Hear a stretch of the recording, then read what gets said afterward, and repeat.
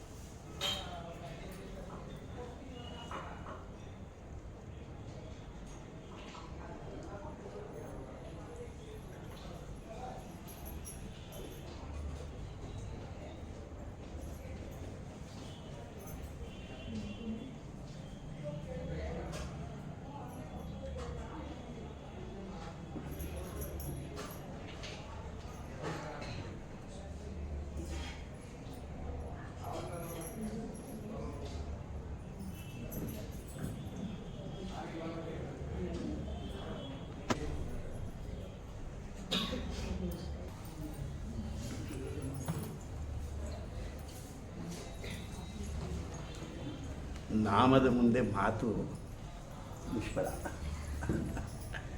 ನಾಮಸ್ಮರಣೆ ಧನ್ಯೋಪಾಯ ಹೇಳ್ತಾರೆ. ನಾಮ ಮಹಿಮೆಯೇ ಇವತ್ತು ಒಂದು ರೀತಿಯಲ್ಲಿ ನಾರಾಯಣೀಯ ಇರಬಹುದು, ಭಾಗವತ ಇರಬಹುದು, ಎಲ್ಲವೂ ಯಾವ ಪರೀಕ್ಷಿತ್ ಮಹಾರಾಜನಿಗೆ ಶುಕರು ಉಪದೇಶ ಮಾಡಿದ್ದಿರಬಹುದು.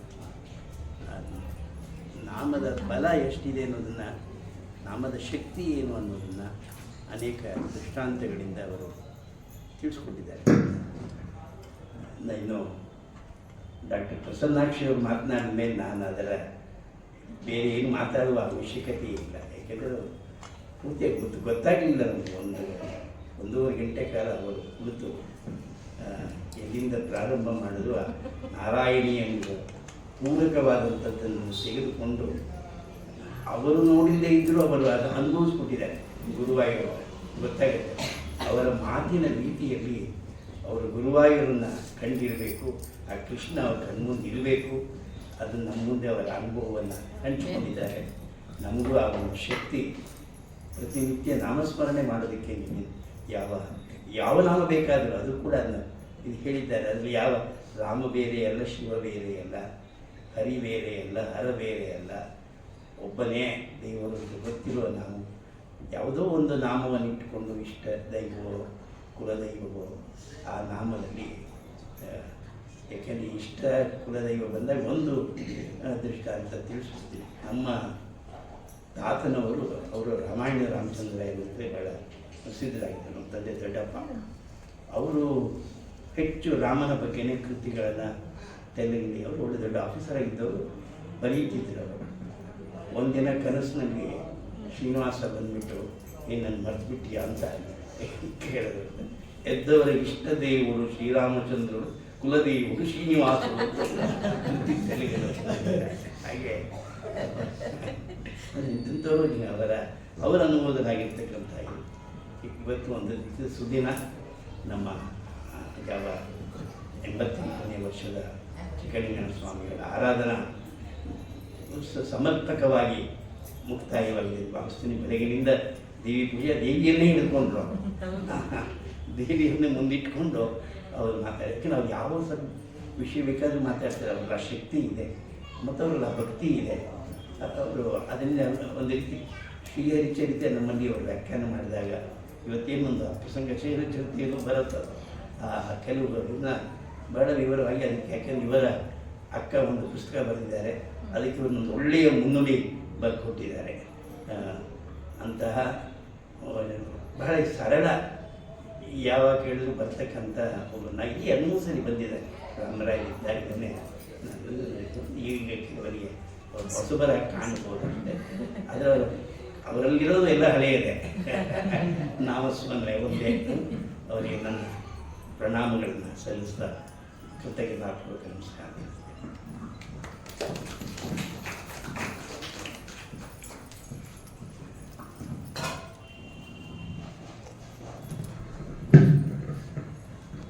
ನಾವಿಲ್ಲಿ ಒಂದು ವಾರದಿಂದ ಗುರುಗಳ ಆರಾಧನಾ ಮಹೋತ್ಸವವನ್ನು ನಡೆಸ್ಕೊಂಡು ಬಂದಿದ್ದೀವಿ. ತುಂಬ ಜನ ಪ್ರತಿದಿನ ಬಂದಿದ್ದೀರಾ, ಕೆಲವರೆಲ್ಲ ಮತ್ತೆ ಬಂದಿದ್ದೀರಾ.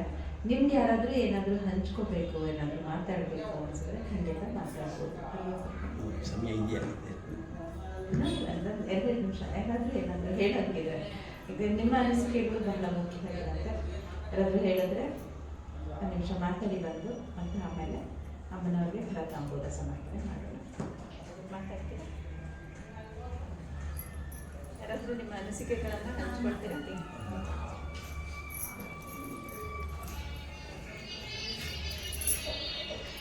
ಅಮ್ಮ ಬರೆದಿರೋ ಪುಸ್ತಕ ಕನ್ನಡಕ್ಕೆ ಅನುವಾದ ಆಗಿರೋದು ನಮ್ಮೆಲ್ಲರಿಗೂ ಸಂತಸದ ವಿಷಯ. ಇದನ್ನು ಶ್ರೀನಿವಾಸ ಅವರು ಕನಿಕಾ ಪರಮೇಶ್ವರಿ ದೇವಸ್ಥಾನದಲ್ಲಿ 55ನೇ ಭಾಗ ಓದಿ ಹೇಳಿಕೊಟ್ಟಿದ್ದಾರೆ.